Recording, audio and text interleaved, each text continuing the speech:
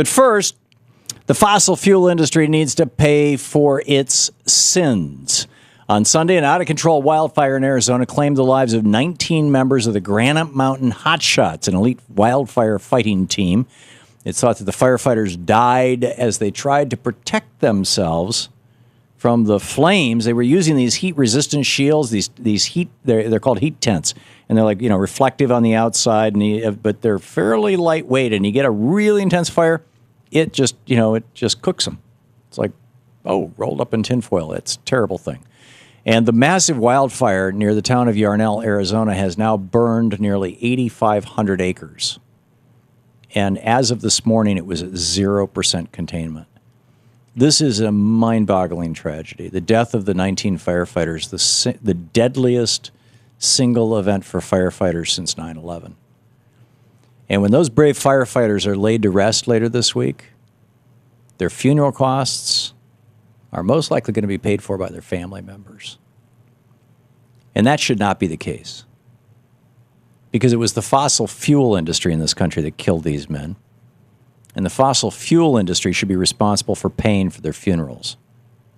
These deaths are just the latest example of the overwhelming negative externalities associated with America's addiction to toxic and dirty fossil fuels. A negative externality, this is fancy economic speak, it's a cost borne by all of us that was produced by a private entity and then dumped on us, externalized from that business onto us.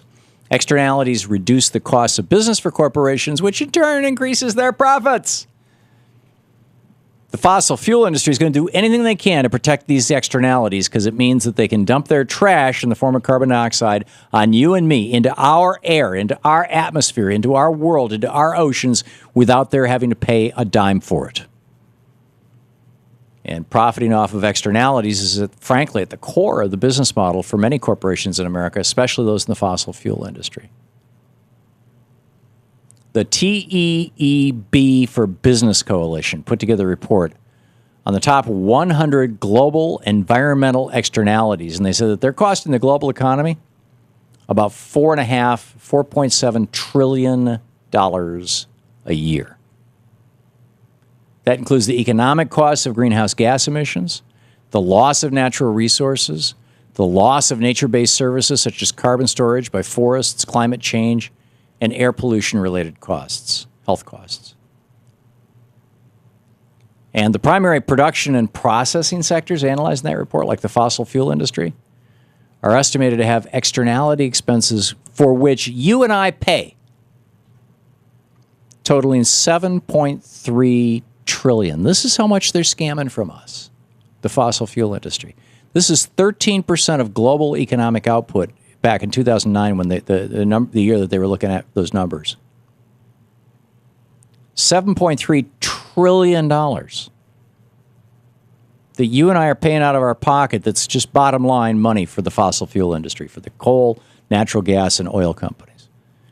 When it comes to fossil fuel industry-driven climate change, one of the biggest negative externalities that you and I have to cope with and pay for is this drastic increase in extreme weather, which brings us back to these dead firefighters. According to the National Oceanic and Atmospheric Administration, in 2011 and 2012, there were 25 floods, droughts, storms, heat waves, and wildfires that each cost at least $1 billion. And 1,100 fatalities, and $188 billion in collective damages. That $188 billion was not paid for by the fossil fuel industry. Who caused it? It was paid for by you and me. And the way it stands right now, the fossil fuel industry has no incentive to change its way. There's no incentive to invest in cleaner and greener technology, no incentive to pollute less, and no incentive to curb global warming. But we can change that. Here's why they have no incentive. The fossil fuel industry is the only industry in America that does not pay a penny to dump their trash. The waste that they produce, primarily carbon dioxide, is driving climate change and helping to increase the number of superstorms, heat waves, and deadly wildfires. It's time to stop all of this damage to our planet. It's time to stop the fossil fuel industry from killing people. It's time for an intervention. And we need to do it by putting a cost on the fossil fuel industry's waste material. How do you do that?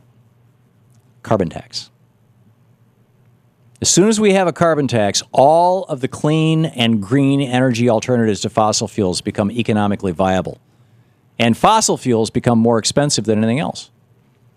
If the Exxons and BPs and Koch Industries of the world were forced to pay for the emissions that they put out through carbon tax, they'd have more of an incentive not to pollute the environment. So here it is, real simply. Time to stop letting the fossil fuel industry openly, nakedly, proudly pollute our air. I've had people on from the fossil fuel industry on this program, or people funded by scientists, funded by the process. Oh, carbon dioxide is food for plants. They need more of it. So our coal-fired power plant is feeding the plants. Right. They proudly pollute our air. They're damaging our ecosystems. They're destroying our environment. And it's like that T-shirt, my parents went to France and all I got was a stupid T-shirt. Well, all we get are these stupid superstorms, health ailments, charred houses, and dead firemen. So if you want to do something about this, call your lawmakers in Washington, D.C. Go to callcongress.org. There's phone numbers there, toll-free numbers, and the regular number, and tell them to just say no, to paraphrase Nancy Reagan. Just say no to fossil fuel subsidies. And how about saying yes to a carbon tax? Pretty straightforward stuff.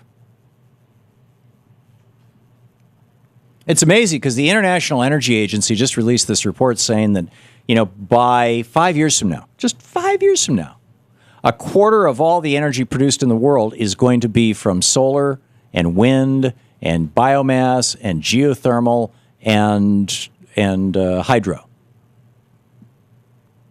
A quarter. It will exceed natural gas. It is the fastest growing piece of the energy sector. If we put a carbon tax into place tomorrow, that 5-year window would become a 2-year window or a 1-year window. That's how fast people will change. Walk through any office building in America and look up at the lights. Do you still see old incandescent bulbs? No, you see fluorescence. Why? Because they are less expensive. They burn longer. They consume less electricity. They're less expensive. Many places are going to LEDs. They're even less expensive. They're just starting to make that transition, actually, to where they're radically less expensive. I got a new flashlight the other day. It was an LED bulb. Rechargeable flashlight. So, it's time for us to simply say, sorry, carbon industry, but you don't get to dump your trash in our air anymore without paying. The garbage collectors would like the fee. If we're going to live in a dump, let's at least be paid for it. So let's put a tax on carbon. And you start out low. Start out at $30 a ton. Gradually ramp it up to $120 a ton over a 5-year period. And you will see the world move to solar power so fast it'll make your head spin.